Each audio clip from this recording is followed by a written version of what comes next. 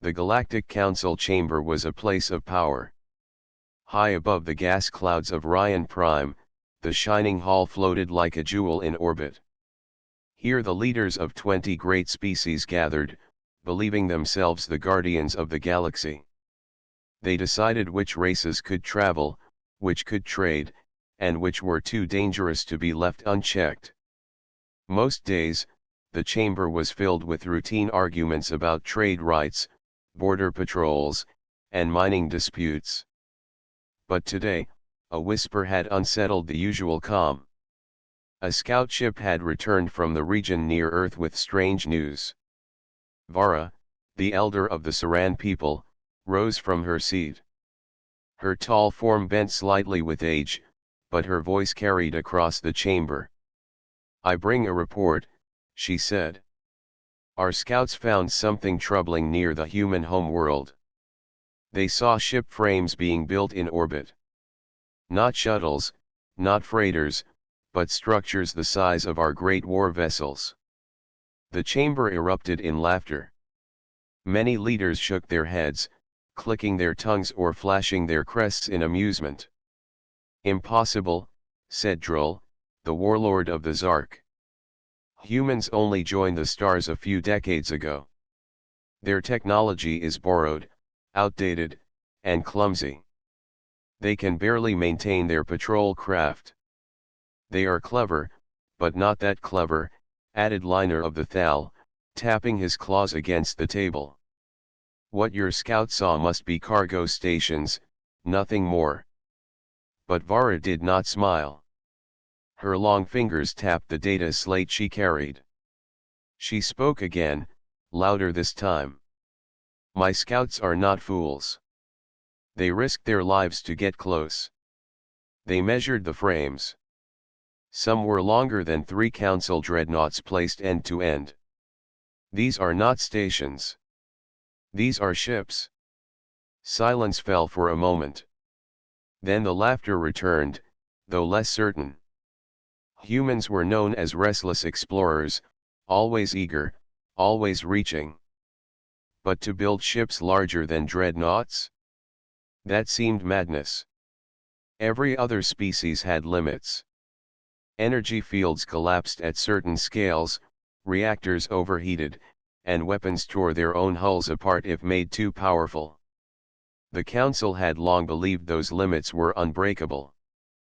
"Perhaps they bluff," said Liner, though his voice wavered. "Perhaps they build empty shells, hoping to scare us." Vara's eyes narrowed. "If they bluff, then why hide the work behind heavy patrols? Why shoot down probes that come too near? My people lost 2 scouts before the 3rd returned. That is not the act of bluffers. That is the act of builders with secrets." The council members shifted uneasily. Pride kept most of them from showing fear, but inside, doubts spread. At the far end of the chamber, the High Speaker, a tall being of crystalline form named Zoran, struck the floor with his staff. The sound rang like a bell, silencing the whispers.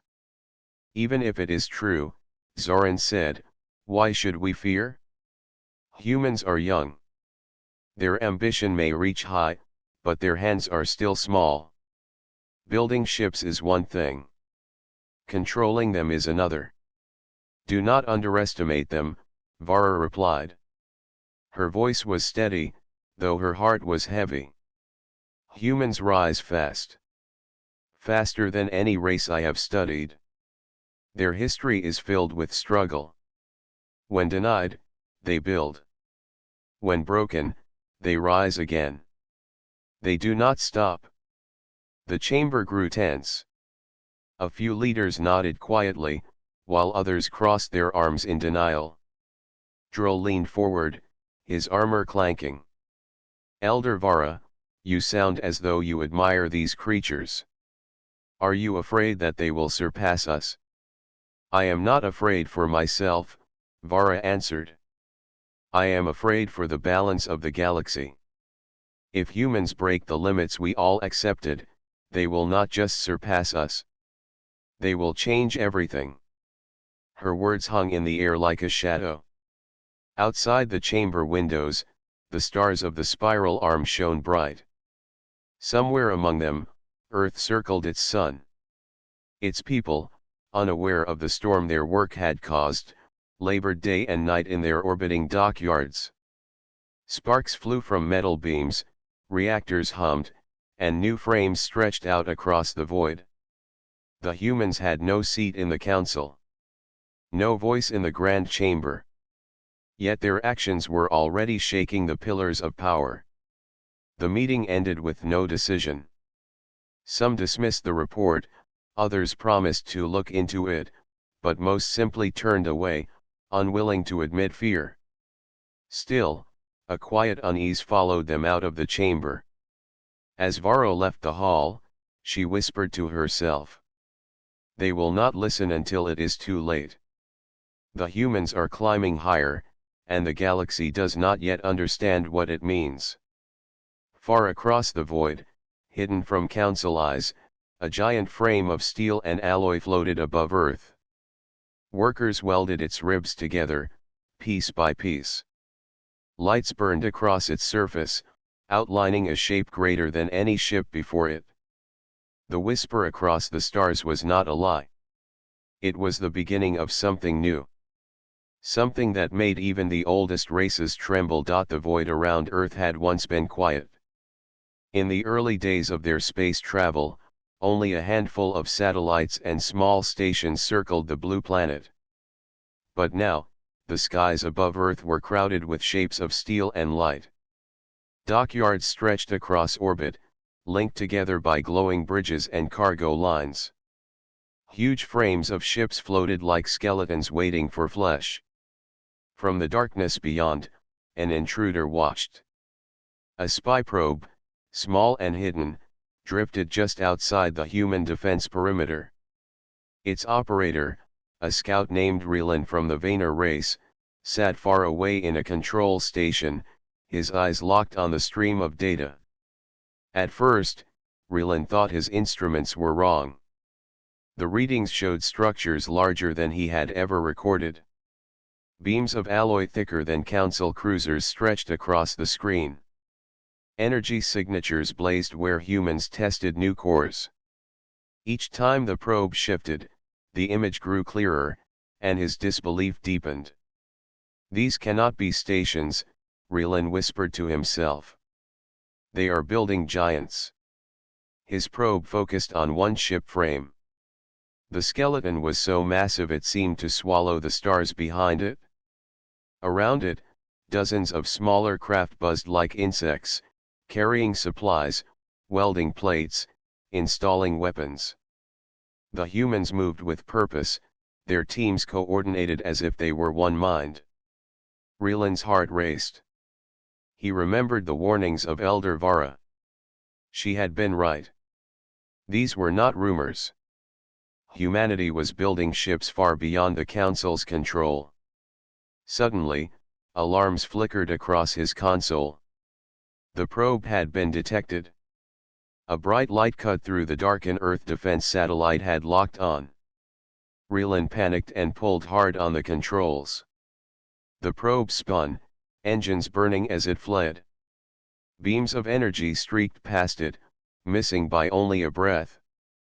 The humans had improved their defenses. No simple drone could linger near their work. Relan managed to steer the probe into an asteroid belt and powered down its systems. The hunters passed, but the message was clear. Humanity would not allow spies near their dockyards. Shaking, Relan sent the data to the Council. His report carried images of the frames, energy readings, and the failed escape. By the time the probe powered down completely, Relan knew his work would cause panic. Back in the Galactic Council, the leaders gathered again, this time in smaller numbers. The report was displayed in the center of the chamber. Every leader leaned forward, their eyes fixed on the enormous ship frames shown on the screen. By the stars, whispered Liner of the Thal. His claws tapped the table nervously. It is worse than I thought. They are building dreadnoughts, Droll growled, though his voice carried less confidence than before. No, larger than dreadnoughts. What kind of madness is this? Varus stood calmly. It is not madness. It is human nature. They push limits because they refuse to accept them. The chamber grew louder as arguments broke out. Some leaders shouted that humans must be stopped before they finished their fleet. Others claimed the ships would collapse under their own weight, that no reactor could sustain them. A few, silent and pale, simply stared at the images in fear. Zoran, the high speaker, struck the floor with his staff again. We will not panic. These ships may not even fly. We must gather more information before we act. But Varus shook her head. You saw how they defended their skies. They will not let us close again. If we wait, the next time we see those ships, they will not be frames. They will be moving. The leaders shifted uneasily. The thought of a human fleet moving through space, beyond council law, chilled them. Meanwhile, on Earth's orbiting dockyards, the work never stopped. Maria, a young engineer, floated along the frame of one of the great ships. Her gloved hands guided a welding torch as sparks flew around her. She looked at the unfinished structure with pride. Almost done with this section, she said into her COMM, send more panels. Above her, cargo drones carried glowing plates, slotting them into place. Teams of workers fastened them quickly, their voices full of determination. For Maria and the others, it was not just about building ships. It was about survival. Humanity had learned that the galaxy was full of powers stronger than themselves. They had seen how the Council treated younger races, keeping them small, limiting their growth. The humans refused to be chained. Every beam welded, every core installed, was an act of defiance. A promise that they would stand equal, no matter the cost.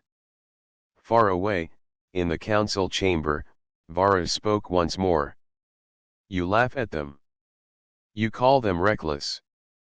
But I tell you, these humans are not bluffing. They are building with a purpose. And when those ships leave their docks, the galaxy will no longer belong to us alone. Her words fell heavy across the room. For the first time, even the most arrogant leaders did not laugh. They sat in silence, knowing the shadow of something greater was rising in the skies of Earth. The grand chamber of the Galactic Council was filled again. This time, the atmosphere was heavier than before. The images from Reland's spy probe had spread across every world of the Council. The sight of the giant human frames had shaken even the most confident leaders. Yet pride was a powerful chain, and many were not ready to admit fear. The high speaker Zoran stood at the center, his crystalline body reflecting the chamber lights. His deep voice echoed. We gather now to decide what must be done about the humans. The images are clear, but their meaning is not. Are they truly building ships greater than our dreadnoughts, or is this some act of deception? The voices rose quickly. Liner of the Thal tapped his claws against the table. I still believe it is a trick. Perhaps they build hollow frames to frighten us. A young race always seeks attention. Droll of the Zark leaned forward, his armor clanging. Do not fool yourself, Liner. Those are not hollow. The probe showed energy readings, reactors already glowing. I do not like the humans, but I will not deny what I see. Another leader, Tova of the Ulri, spoke with a hiss. If they succeed, the balance of power will break. For centuries, this council has kept order. No young race was allowed to rise too fast. If humans escape that control, every world will ask why we held them down. Murmurs filled the room. It was a dangerous truth. The council had long believed itself the guardian of peace, but many races saw them as rulers who decided too much. If humanity rose without permission, it could inspire others. Elder Vara raised her thin hand. Her voice was calm but firm. We should not waste time denying. The humans are building. Whether they succeed or fail, they will not stop trying. We must ask ourselves, what will we do when their ships take flight? Some nodded, but others scoffed. They will fail, Liner insisted. Our own scientists know the limits. Energy cores collapse when stretched beyond a certain size. Shields falter. Weapons tear hulls apart. The laws of physics cannot be broken. Perhaps the laws you know, Vara answered softly, but humans have a history of breaking rules that others thought unbreakable. The chamber grew louder as the debate deepened. Some leaders demanded action, send fleets to destroy the human dockyards before the ships could launch. Others argued that such an act would start a war that might spread across the stars. A few suggested waiting, claiming the humans would ruin themselves without help. Zoran raised his staff and struck the floor. The sound rang like a bell. Silence fell, though tension still lingered. This council does not act on fear, Zoran said. We will not strike without proof that these ships can truly fly. Until then, we watch. We wait. Vara's eyes narrowed. She had seen such pride before. It was the same pride that had blinded other empires before they fell. She wanted to argue, but she knew the chamber would not listen. Not yet. Far from the council, on Earth itself, the debate was unknown. Humanity was too busy with its work. In the orbiting dockyards, engineers and builders pushed themselves day and night. Families sent food, workers volunteered, and every nation on Earth gave resources. The project was not hidden from the human public. Instead, it was celebrated. People spoke with pride of the ships rising above their world. One worker, Daniel, wiped sweat from his brow inside the pressurized dock station. He looked out the viewport at the half-finished giant. Its hull gleamed under the sunlight.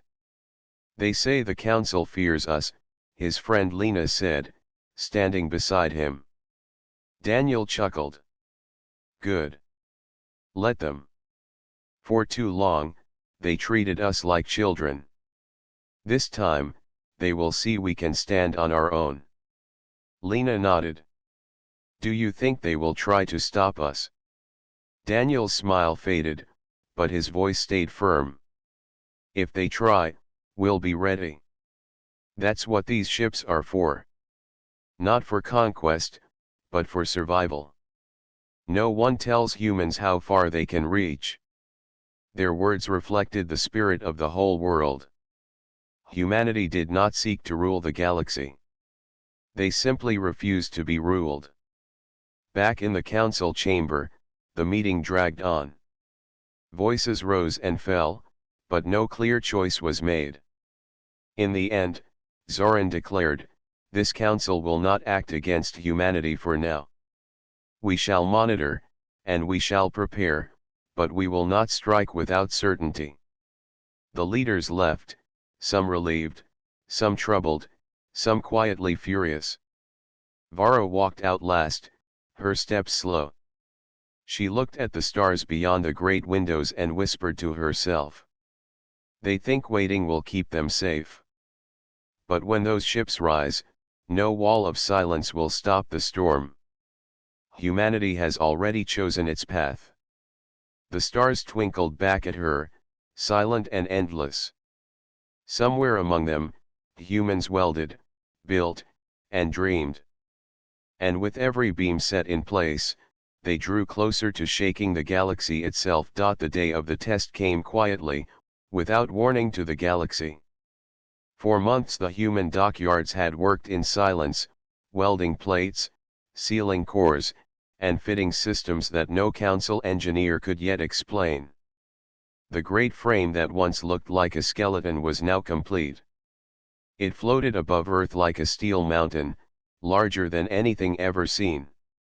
On the surface of Earth, crowds gathered to watch through giant screens. Families, workers, and children all held their breath. They knew this day would decide if their dream lived or died. In the command deck of the ship itself, Captain Jonas stood before his crew. His uniform was plain, but his voice carried strength. "Today we do what the council said was impossible," he told them. "Today we prove that humans will not be held down."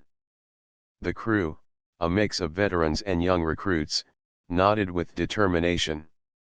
Engineers checked the reactors, pilots readied the thrusters, and communication officers opened channels to Earth. "Power cores stable," one engineer reported. "Shields at minimal level," said another. "Engines ready for ignition." Jonas took a deep breath. "Begin the test." The ship rumbled. Deep within its massive hull, energy surged through veins of conduits. Lights flickered across the outer shell as the reactors came alive. The ship's name, Dauntless, glowed along its side. Slowly, with a deep hum, the engines flared to life. From the surface of Earth, people cheered as they saw the great vessel drift forward. It moved at first like a mountain in slow motion, but soon its engines carried it smoothly into the darkness. Far away, hidden probes of the council recorded everything. The images spread like wildfire among council worlds. Leaders, scientists, and generals all watched as the impossible took shape. "They built it," Liner of the Thal muttered when he saw the feed. "By the stars, they truly built it." "They will never fly it far," Droll said, though his voice trembled. "The engines will collapse. No ship that size can hold together." But the images showed otherwise. The Dauntless moved with grace, its massive frame steady, its engines pushing it forward without tearing it apart. It glowed with strength. Elder Varro leaned closer to the display, her eyes calm but sharp. "Do you still call it a bluff? Look at them. Look at what they have done." On the Dauntless, the crew prepared for the next stage. "Test the jump drive," Jonas ordered. The ship's reactors pulsed brighter. A deep vibration filled the hull. Space around the vessel shimmered as the experimental warp systems engaged. For a moment, the stars seemed to bend. Then, with a flash, the massive ship vanished from its place above Earth. On the planet below, gasps filled the air. For seconds there was silence, then the screens flickered again. The Dauntless reappeared at the edge of the solar system, near Pluto's orbit. Its systems held, its hull unbroken. The control room erupted in cheers. Crew members clapped each other on the back, some shouting with joy. Jonas allowed himself a rare smile. "Send the message to Earth," he said. "Tell them the ship is ready." Back in the council chamber, panic grew. The test had been recorded, and the proof was undeniable. A ship larger than any dreadnought had not only flown, but warped through space successfully. "This cannot be," Liner whispered, his claws trembling. "Our scientists said it was impossible." "Then your scientists were wrong," Varus said firmly. "The humans have broken the limits. And they will not stop with one ship." Zoran struck his staff again, but even his commanding voice could not hide the unease in his tone. "If they truly can build more of these ships, the balance of the galaxy will shift. No fleet will match them." Droll slammed his fist on the table. "We must act. If we allow them to finish more ships, the Council will lose its power. They will laugh at us as they march across the stars." But others hesitated. The council had always prided itself on control, but to strike first meant war. And if humanity's ships were as strong as they seemed, such a war might not end in the council's favor. On Earth, celebrations filled the streets. News of the successful test spread from city to city. Fireworks lit the skies. People sang and cheered, proud of the ship that had carried their hopes into the void. Maria, the young engineer who had welded the beams months ago, stood among the crowd. She wiped tears from her eyes as she watched the screen. "We did it," she whispered. "We truly did it." Around her, voices shouted the ship's name. Dauntless. To them, it was not just a vessel. It was proof that no barrier was too high, no rule too final. Humanity had taken a step no one believed they could. Far above, the Dauntless floated near the edge of the solar system. Its engines cooled, its crew steady. Jonas looked out at the stars from the bridge window. "This is only the beginning," he said quietly. "And the galaxy will have to learn it." The success of the Dauntless shook the galaxy like a thunderclap. No one could deny it any more. Humans had done the impossible. They had built a ship larger and stronger than any council vessel, and it had flown with ease. In the grand halls of the Galactic Council, fear turned into whispers of action. Some leaders still argued for patience, but others demanded direct moves to slow the humans down. Quietly, a decision was made. Spies would be sent. Sabotage would follow. Humanity would be stopped before their fleet could grow. Far above Earth, the dockyards glowed with activity. New frames floated beside the finished Dauntless. Smaller ships carried materials, while welders and builders worked day and night. The people of Earth felt united in a way they had never known before. Borders, rivalries, and old quarrels faded as everyone looked to the stars with a single dream. But in the shadows, danger crept closer. One night, a small craft slipped into orbit, disguised as a broken freighter. Its pilot, a spy from the Thal species, drifted quietly toward the human dockyards. He wore a mask that translated human language, and his ship carried tools for sabotage. "This will be simple," he muttered. "One reactor destroyed, and their work will slow for years." But when he tried to slip through the defense perimeter, alarms blared. Human satellites locked on. Automated drones flew toward him. The spy panicked and tried to escape, but within minutes, the humans had captured his vessel. Inside the dockyards, security teams surrounded him. A human officer looked down at the spy. "You thought we wouldn't notice? You're not the first who tried to sneak in." The spy's silence confirmed what they already knew. Someone was sending agents to disrupt the work. Back on Earth, Captain Jonas met with human leaders in a secure chamber. The reports of spies and sabotage attempts filled the table. "They know we are building more ships," Jonas said. "And they will do everything to stop us." An older leader, Prime Minister Hale, nodded firmly. "Then we must protect our dream. Every worker, every dock, every ship must be guarded. We cannot let fear slow us." From that day, humanity tightened its defenses. Patrol fleets circled the dockyards. Security drones watched every corner. Engineers were trained to spot tampering, and soldiers stood ready against intruders. The attempts did not stop. A group of council agents tried to bribe human workers, but the workers refused and reported them. A disguised cargo container exploded before it reached the docks, destroyed by scanners.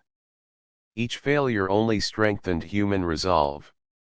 Maria, the young engineer, spoke with her team after one such attempt. "They think they can scare us," she said, her voice steady. But every time they try, it only proves we are right. They fear us because they know we can rise. Her words spread across the workers, giving them courage. Meanwhile, in the council chamber, anger grew. You sent spies, and they failed, Droll roared. You sent saboteurs, and the humans caught them. Every day they build more ships, and every day they grow stronger.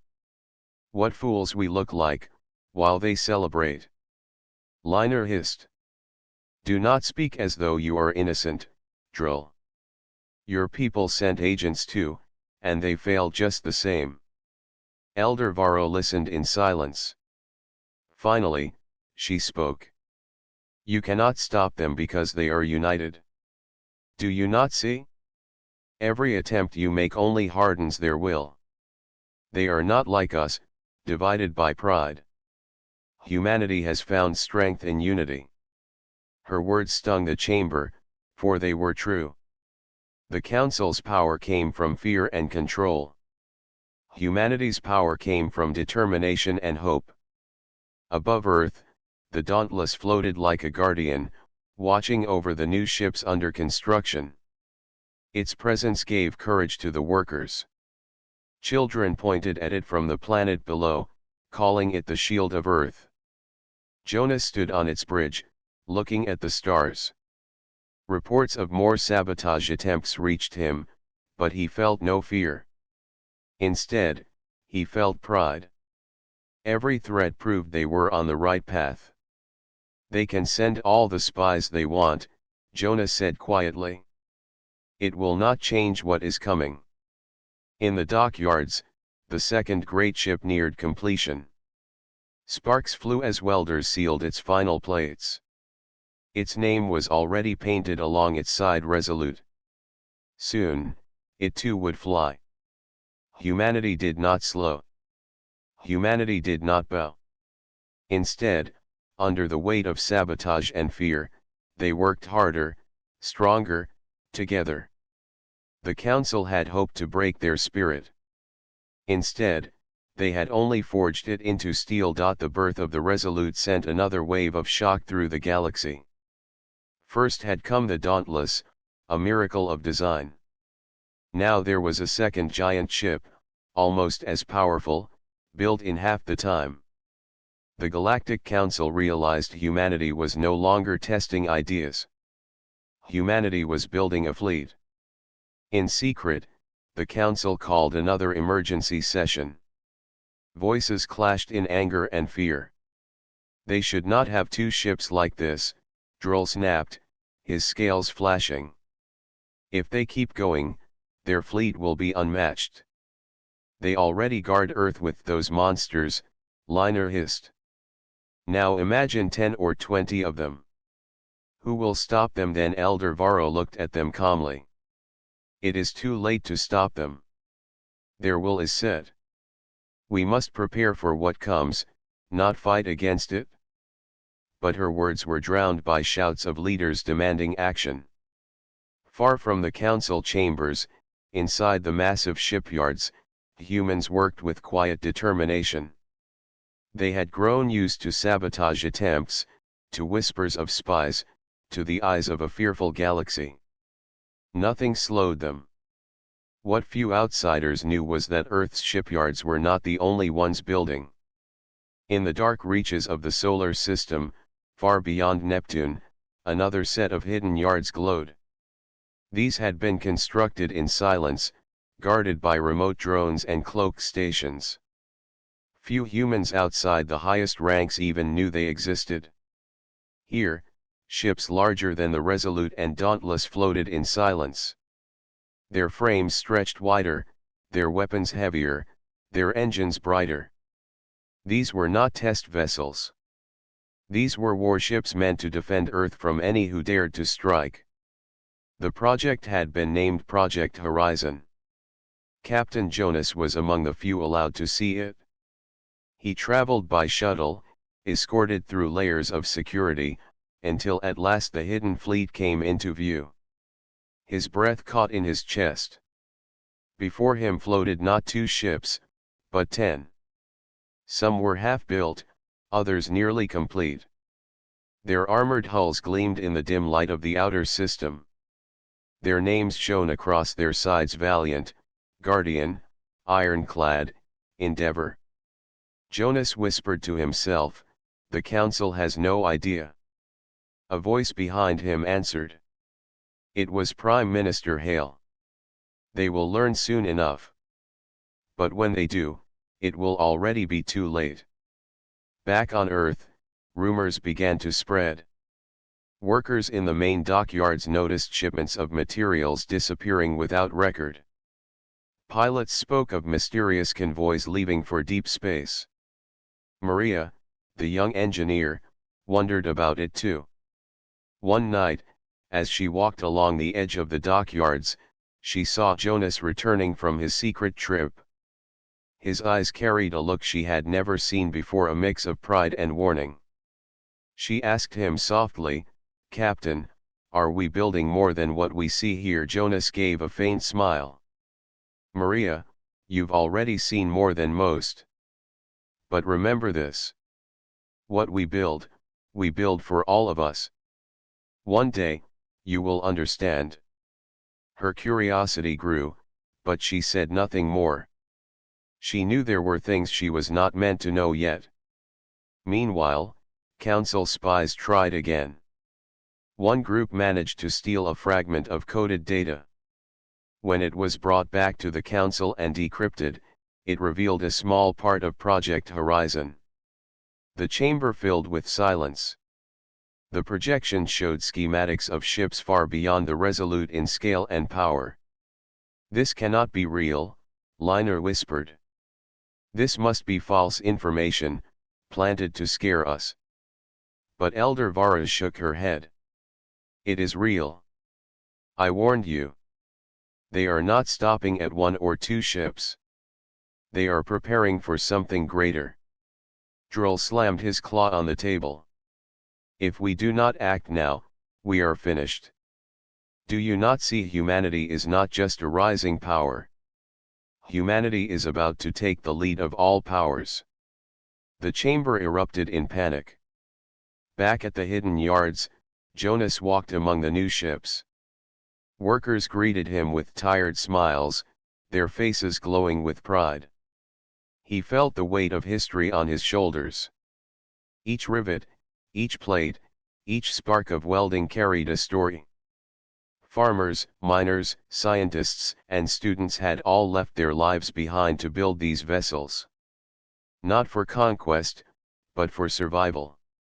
Jonas thought of the day when the Council would send their fleets against Earth. He pictured armadas filling the sky, ready to crush humanity. And then he pictured these ships rising from the dark, one by one, to meet them. The thought steadied his heart. On Earth, people began to sense the change. News of sabotage attempts had become public, and instead of fear, it filled them with pride. Citizens stood in long lines to volunteer for dockyard work. Families sent their children to train as pilots. Students studied science with new hunger, dreaming of building the next great engine. Humanity had discovered something no council could understand. They had discovered unity. Far across the galaxy, fleets from other worlds trained and prepared. They thought they were ready to intimidate Earth, ready to stop humans before they grew too strong. But they did not know about the hidden fleet waiting in the dark. The galaxy saw 2 ships. Humanity was quietly raising 10 more. And even that was not the end. The stage was set. The storm was coming. And when it came, humanity would not stand small. Humanity would rise. The galaxy prepared for war. In the halls of the Galactic Council, fear and pride pushed leaders into one final decision. They would send their armadas toward Earth, not to destroy it fully, but to show power and force humanity to stop building. They told themselves it was not invasion, only a warning. But deep inside, every leader knew the truth. If humans refused, the fleets would fire. Massive forces gathered at the edge of Earth's region. Thousands of ships from dozens of species floated in formation, shining like a wall of steel and fire. Commanders watched their screens with cold eyes, certain the humans would bow when they saw the might of the galaxy. But on Earth, there was no bowing. Maria stood in the dockyards, staring up at the night sky. She could see the faint glow of human ships moving into position above the planet. Her heart beat fast, not with fear, but with pride. The people around her worked without rest. Families gave food to workers, children sang to inspire pilots, and every city hummed with one shared spirit. In the hidden yards beyond Neptune, the secret fleet came alive. 10 colossal ships powered their engines, their hulls gleaming. One by one, they moved out of their dark shelters and slid into open space. They gathered in formation, silent giants rising from shadow. Captain Jonas stood on the bridge of the Valiant, eyes fixed on the star maps. The enemy armada was closing in, yet his voice was calm. "Signal all ships," he said. "Today, humanity shows the galaxy who we are." The first meeting between the two forces took place near the edge of the solar system. The Council Armada, spread wide and shining with power, outnumbered the humans by far. Alien commanders felt secure. Then the human ships appeared. First came the Dauntless and the Resolute, leading the way. Behind them rose the hidden fleet Valiant, Guardian, Ironclad, Endeavor, and more. 10 giants moved into formation, their weapons glowing with strange energy, their shields stronger than anything the Council had ever measured. The alien commanders froze in shock. The humans had not built 2 ships. They had built a fleet that matched, ship for ship, the best vessels of the Council. Gasps filled command bridges across the galaxy. "This cannot be," Liner whispered in the council chamber as she watched the live feed. "They should not have this strength." Elder Vara, calm as always, answered, "They have it because we underestimated them." The two forces faced one another in silence. Tension filled the void between stars. Weapons charged, shields hummed, and every second felt heavy. At last, a human ship sent a transmission. On every council ship, on every screen, a woman's face appeared. She was Myra, chosen as humanity's envoy. Her voice was steady, her eyes unshaken.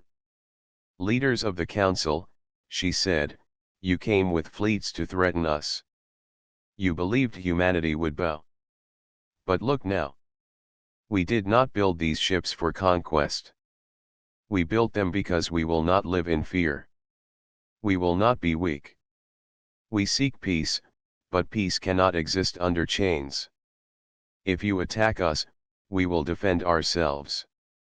If you respect us, we will stand as allies." Her words echoed across every channel. In the silence that followed, the alien commanders felt the weight of truth. They had come expecting to face a weak world. Instead, they faced a united species standing tall. On the bridge of the Valiant, Jonas watched as enemy ships shifted uneasily. No attack came. No shot was fired. Instead, one by one, the alien fleets began to retreat. Commanders realized that war with humans would not bring victory. It would bring ruin. Back in the council chamber, voices that once called for aggression now fell silent. Elder Vara rose slowly and said, "This day will be remembered. Humanity has stepped forward. The galaxy has changed." On Earth, cheers erupted as news spread. People hugged, cried, and sang together. They knew the danger was not gone, but the message was clear. No one would look at humanity the same way again. Maria, standing among the dock workers, felt tears on her face. She whispered to herself, We did it. We truly did it.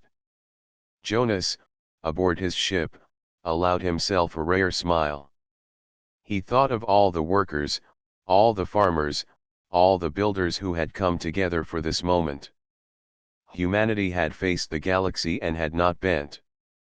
The fleet slowly dispersed, and the sky above Earth grew quiet again. But the galaxy itself was no longer the same. From that day forward, humans were not seen as newcomers or weaklings. They were seen as equals, perhaps even as leaders of a new age. The Council could no longer dictate to them. Instead, they would have to treat Earth with respect. And for the first time in countless years, the galaxy feared not destruction, but change. Humanity had built ships no one thought possible. Humanity had stood against the greatest powers of the stars. And in doing so, humanity had carved a place for itself that no one could take away.